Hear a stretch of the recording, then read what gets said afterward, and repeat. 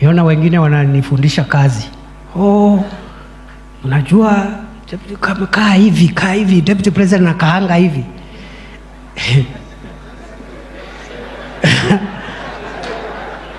My friend, si ushughulike na kazi yako.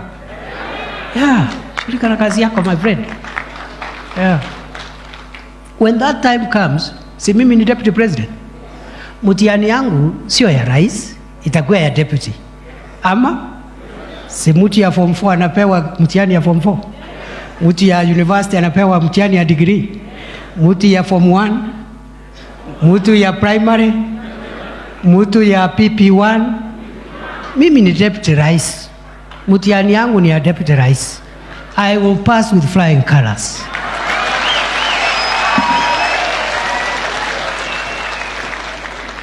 Nitapita ile A star. Kwa hiyo level, kwa hiyo kiwango. Because kazi ya naibu wa rais ni kusaidia rais, sio kupigana na rais. That is not the job description. Hiyo ya kupigana na rais ni ya opposition. Opposition kazi yao ni kupiga rais na serikali yake. Kama wewe ni deputy president, kazi yako ni kusaidia rais kwa udi na uvumba, mchana usiku, kulia kushoto. Kama utaki kumsaidia utoke. Ujoin opposition. Ukijoin opposition hakuna mtu ako na haja na wewe. You can do what the opposition does. So siku ile tutafika pale, kwa sababu watu wanatutisha sijui mambo ya sijui 27, na nimesema that does not worry us anyway. Mimi nitaambiwa wewe ukiwa deputy president miaka 2 hapa Meru County, kabla tuongee tuambie ni nini umetuletea, barabara ngapi, sijui nini, mambo ya miraa imefika wapi, mambo ya stima imefika wapi. Simple. Kindiki, in all the occasions that he has been holding meetings at his residence, or maybe anywhere in the country, he has always attacked Rigathi Gachagua. But on the contrary, whenever Rigathi Gachagua is having an event, he tries his best to avoid confronting Kithure Kindiki. At some point, he even said that Kithure Kindiki is the deputy president of William Ruto, and he was an elected president of the people of Kenya. So therefore, he cannot lower himself to speak to Kindiki or even answer him anything. That was very clear that Rigathi Gachagua probably thinks that he is above Kithure Kindiki. But despite the utterances of Gachagua, we have always seen Kithure Kindiki speak on podium, attack Rigathi Gachagua, and show how he was incompetent when he was in office. This is always majorly done in front of the people of Mount Kenya, which he invites or maybe goes to visit in their respective areas. Now, as you've heard on that video, Kithure Kindiki is simply speaking to Rigathi Gachagua, who are critics to him, when they try to tell him to behave in a certain manner. Remember, they say that Kithure Kindiki will be a yes sir person. And they say that Kithure Kindiki also had not performed before from where he came from. So Kithure Kindiki is trying to respond to the critics, tell them precisely that is going to work. And that is the conversation that Kithure Kindiki is taking to Mount Kenya.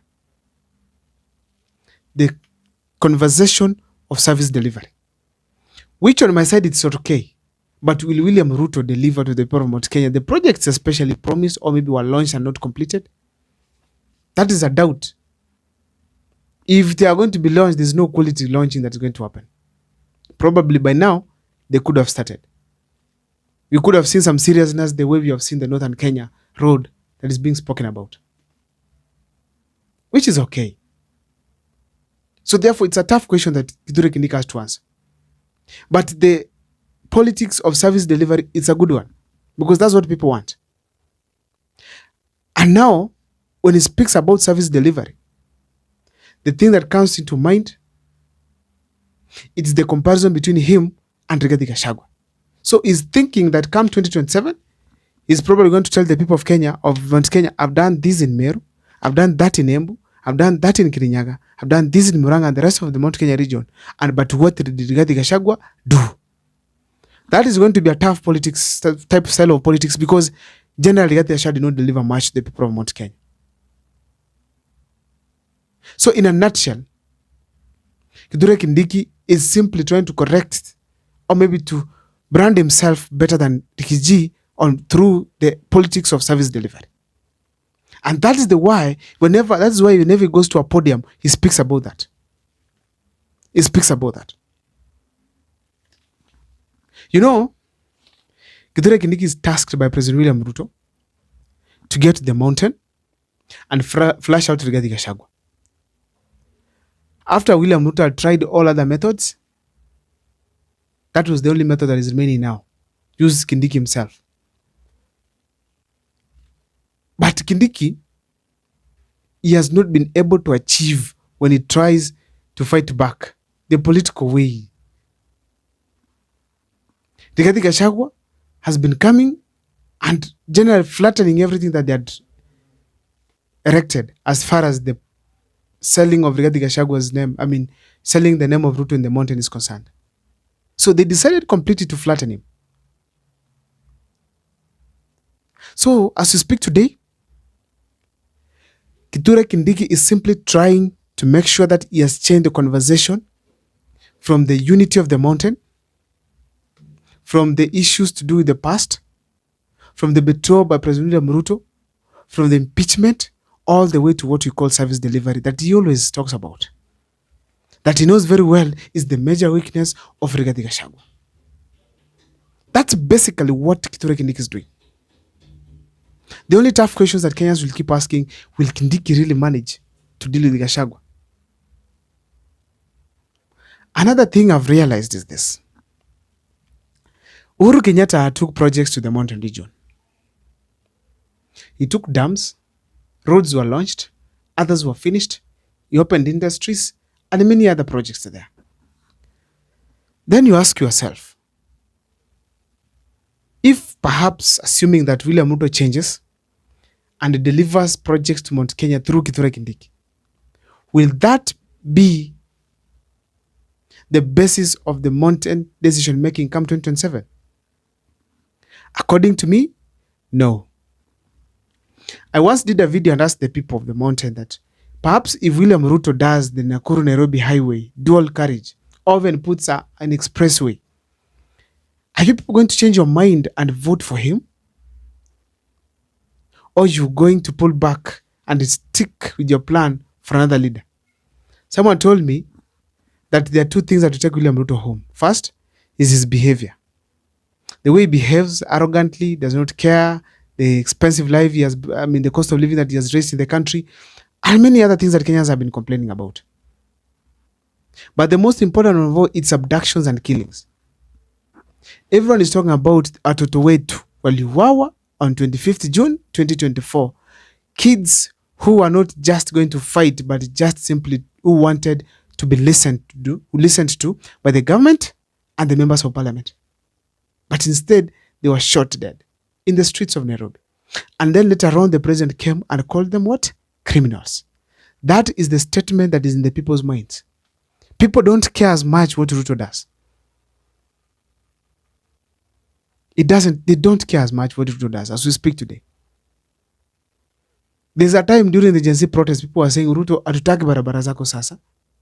Hatutaki chochote, we tulia toka kwa ofisi. That means that people are really tired. People want things changed, proper leadership. Ruto is showing a certain type of leadership that people completely don't want. Because right now, if you speak the issues today, the housing levy, Kenyans do not want it. But William Ruto is pushing through it. He wants it to happen. And yet there are question marks all over. When I was listening today, the cabinet secretary for the housing and staff is concerned. He was answering questions and realized that there are question marks at each and every statement. If it's the money that is paid for application, 200 shillings, then she was asked, 540,000 people have applied, times 200. Where is this money going? Those are billions of money. She says, They're just administrative. And yet, it's not even clear who is administering in this whole process, who is administering management in this whole process of payment and getting the housing unit. I don't know what's your take, but let me see it in the comment section, guys, what you think about Kithure Kindiki's ability to take the mountain to President William Ruto. My name is Abel Mukwa. See you next time for more videos.